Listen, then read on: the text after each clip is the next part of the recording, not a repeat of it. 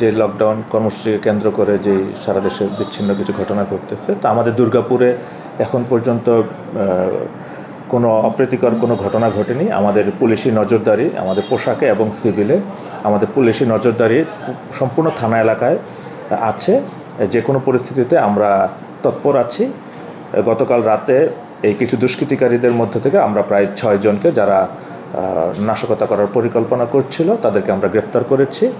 তাদেরকে আজকে যথাযথ আইনগত প্রক্রিয়া তাদেরকে আমরা বিজ্ঞ আদালতে সোপর্দ করেছি।